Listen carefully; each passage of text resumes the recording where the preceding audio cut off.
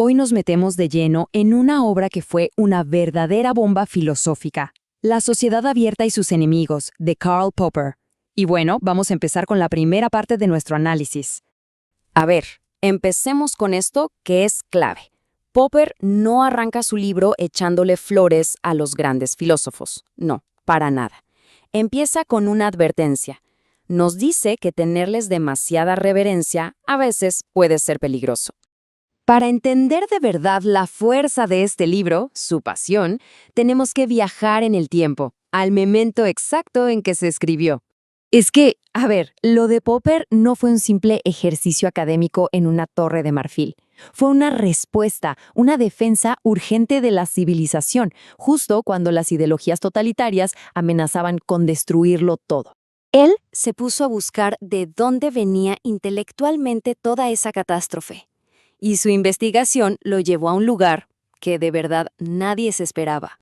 Y es aquí donde la cosa se pone interesante, porque Popper, para sorpresa de todos, decide sentar en el banquillo de los acusados a uno de los héroes más grandes de la filosofía occidental. Él sostenía que generaciones enteras de académicos se dejaron seducir por el genio de Platón, sin ver la aterradora realidad que escondía su programa político. Popper afirmó, sin pelos en la lengua, que el estado ideal de Platón era básicamente un manual para la tiranía. Una sociedad basada en mentiras, en control racial, eugenesia y, lo que es peor, en la traición a los ideales de su propio maestro, Sócrates.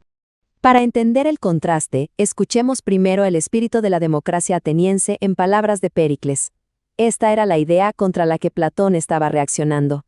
Y ahora, ¡pum! Miren la respuesta de Platón, solo unos 80 años después. Es todo lo contrario. Una exigencia de sumisión total a la autoridad. Para poder construir su caso contra Platón, Popper nos presenta un concepto potentísimo, una herramienta para entender la historia de la civilización. Él dice que esta transición es, de hecho, la revolución más profunda de la historia humana, y que, todavía hoy, estamos en medio de ella. La diferencia es fundamental, ¿no? La sociedad cerrada es como un organismo, como una colmena, donde cada parte tiene un rol fijo. La sociedad abierta, en cambio, es ese espacio donde cada persona tiene que tomar sus propias decisiones. A ver, desglosemos esto un poco. La sociedad cerrada te da la comodidad de saber cuál es tu lugar en el mundo. Por otro lado, la sociedad abierta te exige el trabajo, a veces muy difícil, de crear tu propio lugar. Muy bien. Ahora, ¿qué herramienta filosófica usó Platón para justificar su visión de una sociedad cerrada?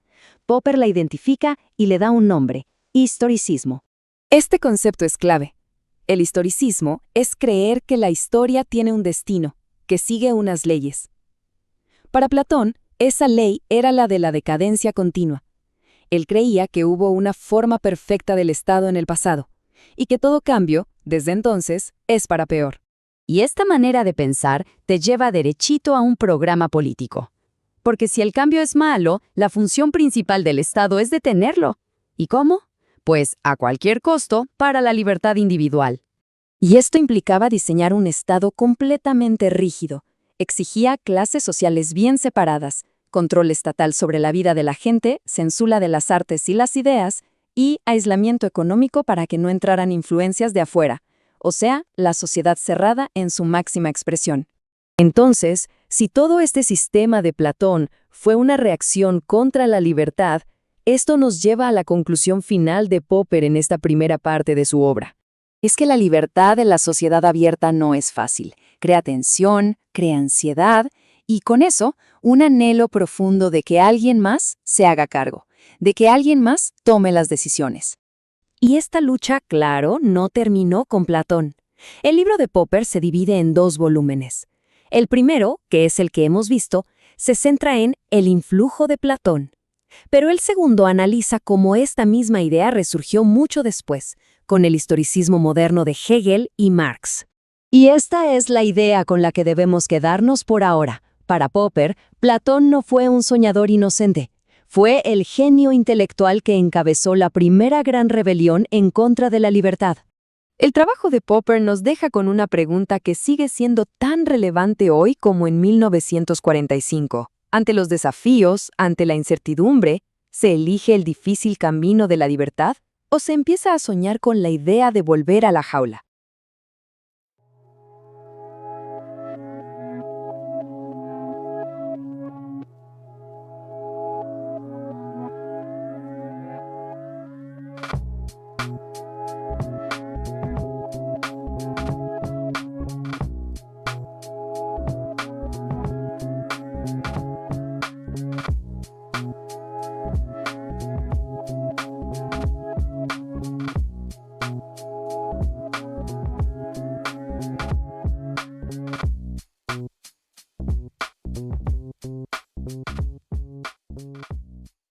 ¿Qué pensarían si les dijera que una idea de hace más de 2000 años podría ser la semilla de algunas de las ideologías más peligrosas del siglo XX?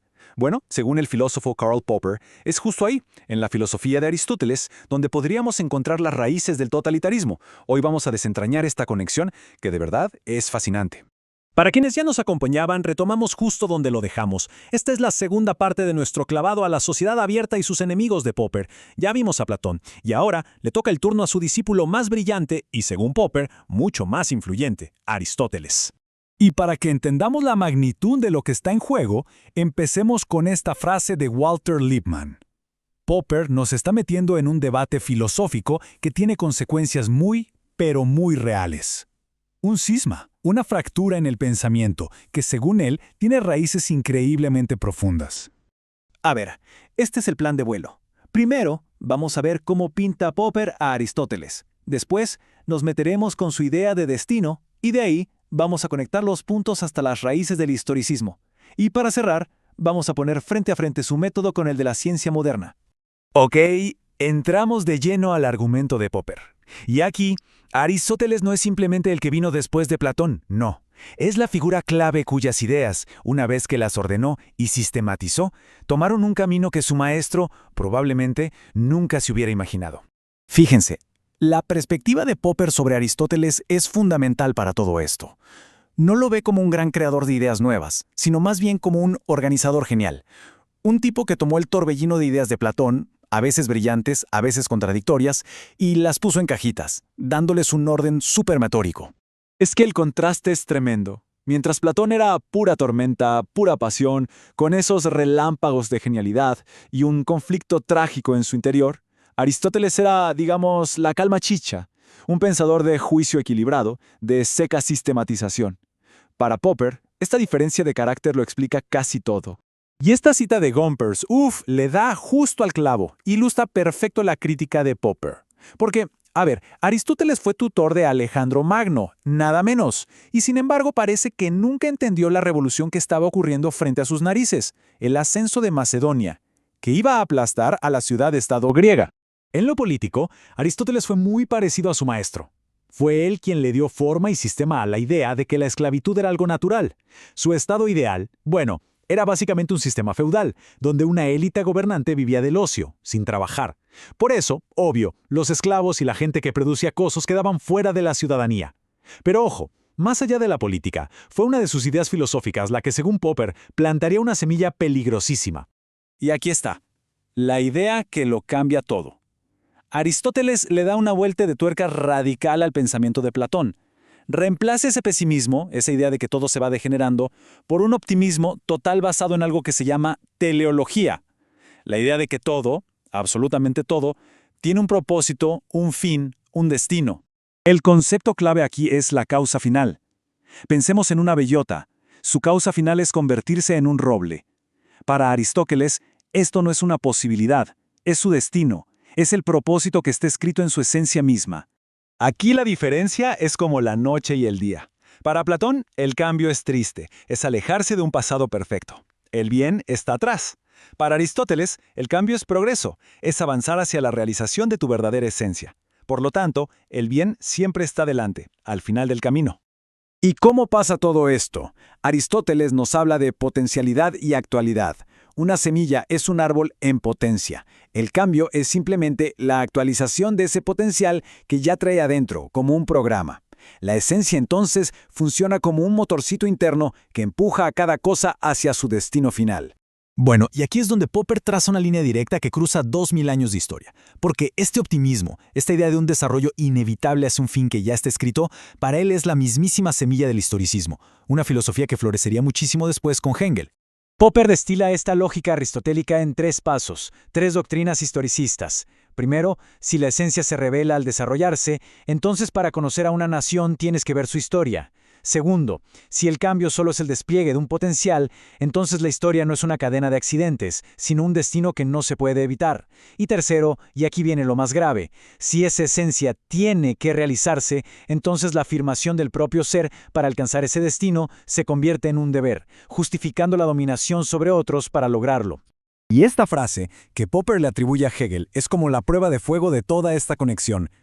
La idea de una esencia oculta, que se va desenvolviendo hasta revelarse como destino, eso es puro Aristóteles, pero aplicado ya no a una bellota, sino a la historia del mundo. Pero esperen, que la crítica de Popper tiene un segundo acto. No solo le pega al qué de la filosofía de Aristóteles, sino también al cómo, a su método para conocer, que estaba obsesionado con las definiciones y las esencias. La pregunta típica de Aristóteles siempre es ¿qué es?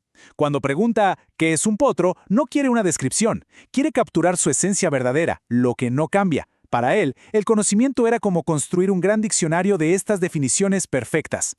La ciencia moderna, en cambio, le da la vuelta a la tortilla. No se pregunta qué es un potro en su alma, sino algo mucho más práctico. Oigan, ¿qué nombre le damos a un caballo joven? La definición aquí no es una verdad revelada, es una etiqueta, una herramienta útil para ponernos de acuerdo. Esta tabla lo resume todo de forma brutal. Aristóteles buscaba la certeza, el conocimiento final a través de definiciones. La ciencia moderna busca el progreso. No le importa tanto tener la razón para siempre, prefiere lanzar teorías atrevidas para luego intentar destruirlas. Aquí las definiciones son solo herramientas, no son el tesoro. Y con esto, llegamos a la gran conclusión de Popper. La verdadera fuerza del método científico no está en encontrar la verdad absoluta, sino en algo mucho más potente, en abrazar la duda y la incertidumbre como el verdadero motor del progreso. El conocimiento científico siempre es una hipótesis, la mejor explicación que tenemos por ahora. El progreso no es ir poniendo ladrillos uno sobre otro, sino que a veces implica demoler edificios enteros. El chiste no es confirmar lo que ya creemos saber, sino desafiarlo, buscarle las cosquillas sin piedad. El punto central de Popper es este. La ciencia moderna solo pudo despegar de verdad cuando se sacudió de encima el método esencialista de Aristóteles, cuando dejó de preguntar qué es la gravedad y empezó a preguntar cómo podemos describir y predecir lo que hace. Y todo esto nos deja con una pregunta final, que nos toca muy de cerca hoy en día.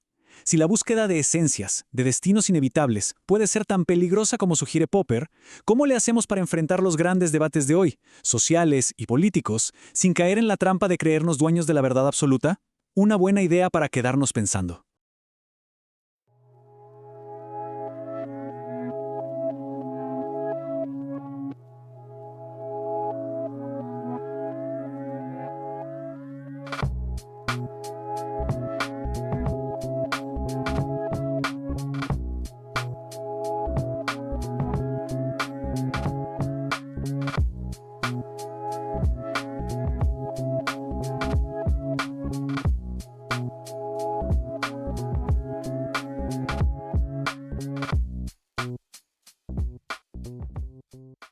Bueno, hoy vamos a meternos de lleno en la historia de un filósofo que de verdad le dio un giro de 180 grados a cómo entendemos la ciencia, el conocimiento y hasta la sociedad. Estamos hablando de Karl Popper. A ver, ¿qué es lo que de verdad separa a la ciencia de la simple superstición? Suena a una pregunta fácil, ¿no?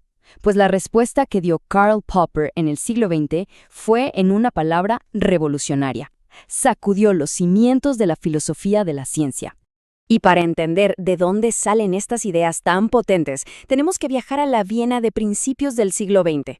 Imagínense el escenario. Una efervescencia intelectual increíble, pero al mismo tiempo una agitación política brutal. Era, digamos, el caldo de cultivo perfecto para que surgiera un pensamiento tan crítico como el suyo. Su vida, bueno, fue un reflejo de ese siglo de cambios gigantescos. Nace en Viena, publica su gran obra sobre la ciencia y justo cuando el nazismo avanza, tiene que emigrar, primero a Nueva Zelanda y luego a Londres.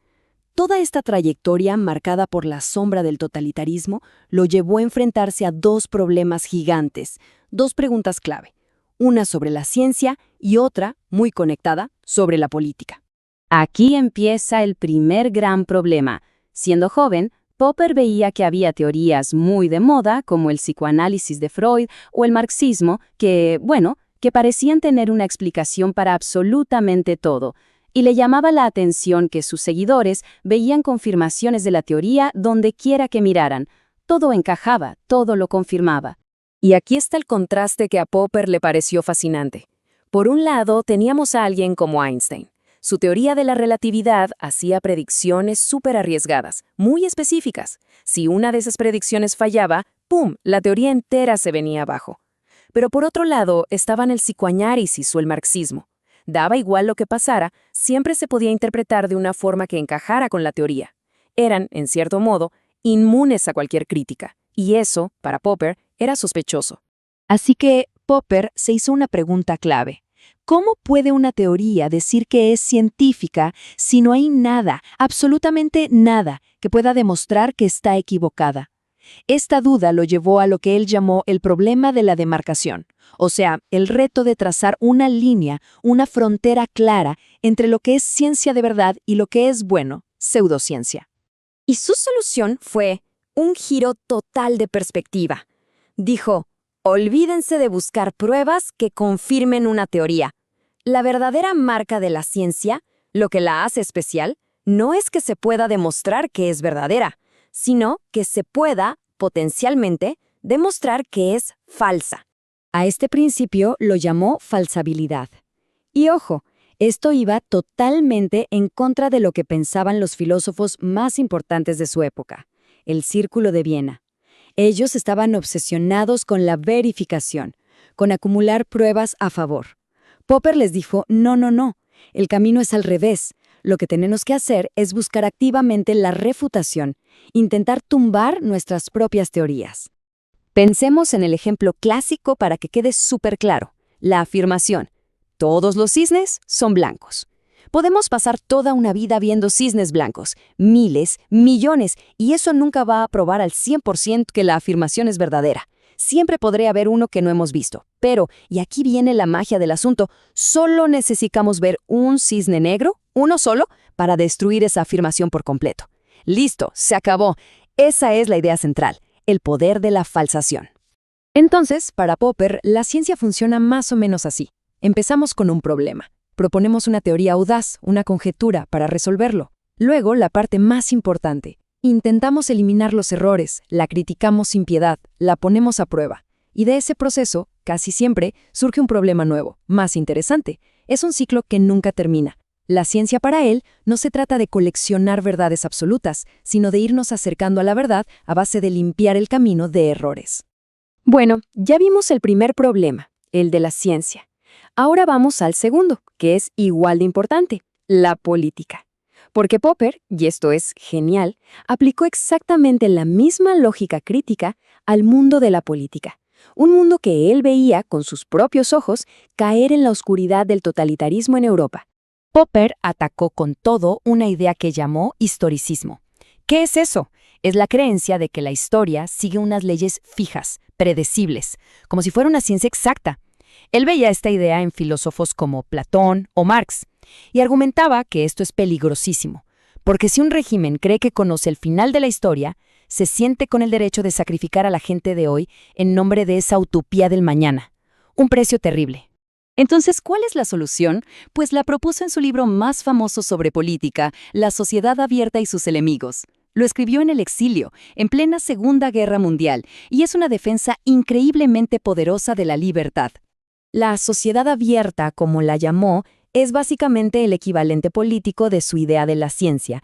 Es una sociedad que valora la libertad y el pensamiento crítico. Y aquí está la clave. Trata las políticas de gobierno como si fueran hipótesis. Se pueden probar, se pueden criticar y si no funcionan, se pueden desechar. Lo más importante, permite cambiar a los líderes sin violencia. Es un sistema diseñado no para ser perfecto, sino para poder corregir sus propios errores poco a poco. Y por eso, la pregunta fundamental para Popper no era la de siempre. ¿Quién debería gobernar? No. La pregunta correcta era, cómo organizamos la sociedad para poder sacar del poder a los gobernantes malos o incompetentes sin tener que recurrir a la violencia. El foco cambia por completo. La democracia no es tanto para elegir a los mejores, sino para tener un mecanismo seguro y pacífico para deshacernos de los peores. Todo este pensamiento, tanto en ciencia como en política, se resume en lo que él llamó racionalismo crítico. Es una idea muy simple pero muy potente. Avanzamos, progresamos, no porque seamos genios que todo lo saben, sino porque tenemos la capacidad de encontrar nuestros errores y eliminarlos. Y esta idea, hoy más que nunca, es súper relevante. Hay una frase suya que lo resume todo a la perfección. Puede que yo esté equivocado y que tú tengas razón, y con un esfuerzo es posible que nos acerquemos a la verdad. Es increíble, ¿no? En una sola línea está todo. Humildad, la importancia del diálogo y la idea de que buscar la verdad es un trabajo en equipo. Y nos deja con una pregunta flotando en el aire, ¿verdad? En este mundo actual que a veces parece tan lleno de certezas y dogmas, ¿de qué manera nos puede ayudar el simple acto de cuestionar nuestras propias creencias para construir una sociedad más abierta? Es el desafío que nos plantea Popper, un recordatorio de que el verdadero progreso no viene de creer que tenemos la razón, sino de tener el valor de buscar una y otra vez en qué estamos equivocados.